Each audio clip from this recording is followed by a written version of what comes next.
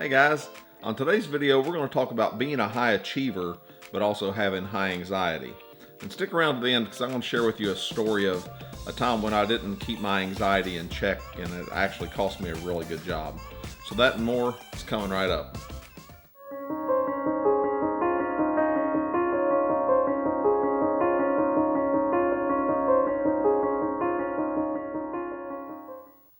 So welcome. If this is your first time joining me, my name is Tom Fulks and this is Moving Forward with Tom. And on this channel we discuss not only what it's like to live with anxiety and depression, but also some things we can do to overcome those feelings that come along with anxiety and depression and keep them under control, and share with one another things that we can do to move forward. So we're going to jump right into today's topic, which is being a high achiever at work, but also suffering from high anxiety and how that can affect you. And it really can affect you. When you're a high achiever and you're at work and you're around a lot of other people, it's easy to hide our anxiety. I've done it for years, but that's not a good thing. But I have done it for years. So it can be done, but it's just very difficult. And it's not only difficult on the person that's hiding the anxiety, but it's also difficult on the people that are around us. I can remember so many different times of just being just on myself, just beating myself up for not doing well enough when I was like top of the charts. I would be killing it, but it was never good enough. And it goes back to that video I've done previously about not feeling good enough. You don't. When you suffer from anxiety and depression, a lot of times, even if you are successful, you don't feel like you're doing good enough. You feel like you can do more. And that's just not a good place to be in. And you need to learn to get that under control. And we're going to talk about that here in a second. But the reason I wanted to do this video is to let you know that it's okay to have anxiety, but it's not okay to let anxiety overtake you to where you can't even enjoy your success. And that's to the point that I was in my life several times with several jobs. I've done very well financially, but I've always seemed to ruin it because of my anxiety. And that's what we're going to dive into today. And like I said, you feel like you're not good enough and like you're not achieving enough. But the problem really is that your perception just isn't really aligned with reality. Because in reality, I was doing very well. And in reality, you may be doing very well, but you're beating yourself up. And you got to recognize and use your mindfulness to know that, hey, this is my anxiety. This isn't reality. This isn't really what's going on here. I'm doing very well, but this is my anxiety acting out. And that's all it is. It's just acting out. I got to the point to where I was suffering with chronic headaches. I mean, it felt like I was eating Tylenol and Advil just to fight off headaches. And it was just because I was always feeling anxious. And the job that I was in, which I'll share in a minute, but the main one that I'm going to focus on today, it was a high-paced job, but it was an easy job because I'm good at sales. I mean, it was an easy job for me. So what can we do if we're in that situation to where we're a high achiever, but we also suffer from high anxiety? Well, the first thing is, of course, to go get diagnosed. And psychiatrists say that anxiety is one of the easiest things to treat with medication, but also through talk therapy.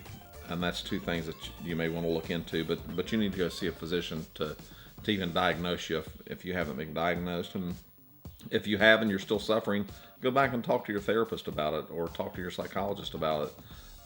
Don't go on with your life and ruining jobs and great jobs just because of your anxiety, because it can be terrible. Just remember that anxiety is usually about things that are going to happen in the future that's overwhelming us. We're thinking like 10 steps ahead. I can remember walking up to get an award, and it was for a quarter, the previous quarter, when we had our quarterly meetings, and I got several awards that time. But all I could think about was the guy that was in the room with me was, is he going to beat me the next time? And what have I got going this quarter so that I can make sure I beat him next quarter? And it's okay to, be a high achiever and to really go for things and want to beat people. But when you obsess on it to where you don't even enjoy the moment, which we've talked about before, enjoying the moment, when you get to that point, it becomes to where it just overtakes you. And it can make the stress and anxiety on you so overwhelming that you can't even handle it. I'm going to go ahead and share that story with you. And the story I want to share with you is when I worked for Lowe's. I worked for Lowe's and I was an outside sales rep. I was a project specialist exterior. And my job was, people would come in the store and look at shingles or look at siding or whatever, and the person that worked in that department would say, hey, we can do the install on that also, and I can send someone out to give you a bid. Well, I was the guy they sent out to give bids. So anything for an outdoor project, whether it be building a deck, siding, roofing, gutters, you name it, for outside, we handled that.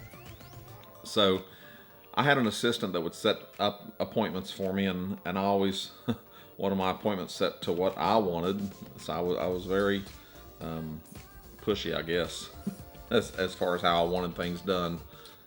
But we were successful at it. But also we had a management change about halfway through after my first year, and the manager I had previously got me. My new manager, not so much. We butted heads from day one. He wanted me to stay in the store more and be in the store, and that wasn't part of what this program was. But I think he saw me not working even partially the amount of hours he was and making as much, if not more, money than he was. And I get it, but I also thought, well, that's not my job to sit in this store. My job is to be out selling. So we started butting heads, but my wife and my assistant, I had two different assistants during my time there at Lowe's. My first one was Tracy, and my next one was Regina. But my wife would always say to me, just keep swimming, just like Dory on Finding Nemo. And so my assistant, Tracy, she found a little rubber Nemo toy and brought it in and set it on my desk to remind me to just keep swimming when I felt overwhelmed. And it helped for a while, but it became a joke between us. But one day, Regina was, this was after Tracy had moved on to a position, and then I got Regina, and Regina was off one day. And it was we had a lot of stuff going on in the store, a lot of projects going on, and I just started feeling overwhelmed. And then in walks the manager that I didn't get along with real well. And he starts telling me of how he wants to change things and me be in the store more. And it was just more than I could handle that day. So I walk out and I get a box while he's still talking, and he says, what are you doing? I said, I'm packing my stuff. And he goes, if you do this, you can never come back. I said, fine. So I pack all of my stuff up, and I go out, put it in my car, and I pull my car up out front, and then I walk in and get a buggy and start loading up all of the stuff that I had, literature that I had when I went on appointments, and all the samples and everything else, and I filled up this buggy. And this wasn't a chintzy job. You're thinking, Lowe's, how much? I was making $150,000 a year. I was doing very well.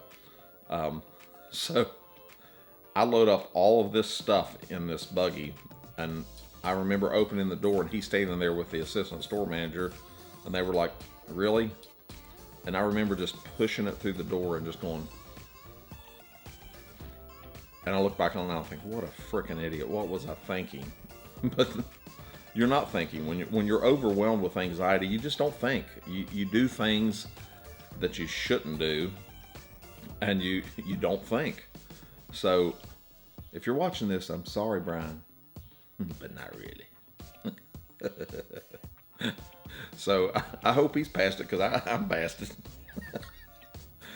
But anyway, I just want to share that story with you. Not as a joke, but more or less just to let you know that, man, you can ruin some great opportunities, some great jobs, if you do not keep your anxiety in check, especially when you're a high achiever. So keep it in check, and also just If this is your first time joining me, I'd like you to hit the subscribe button. Join me on this journey where we talk about anxiety and depression every week, and turn on notifications so you'll be notified. And if you got any helpful content out of this video, smash the like button for me to let YouTube know that you enjoyed it so they'll share it with someone else. But until next time, I want you to do one thing for me, and that's just to keep moving forward. Thanks.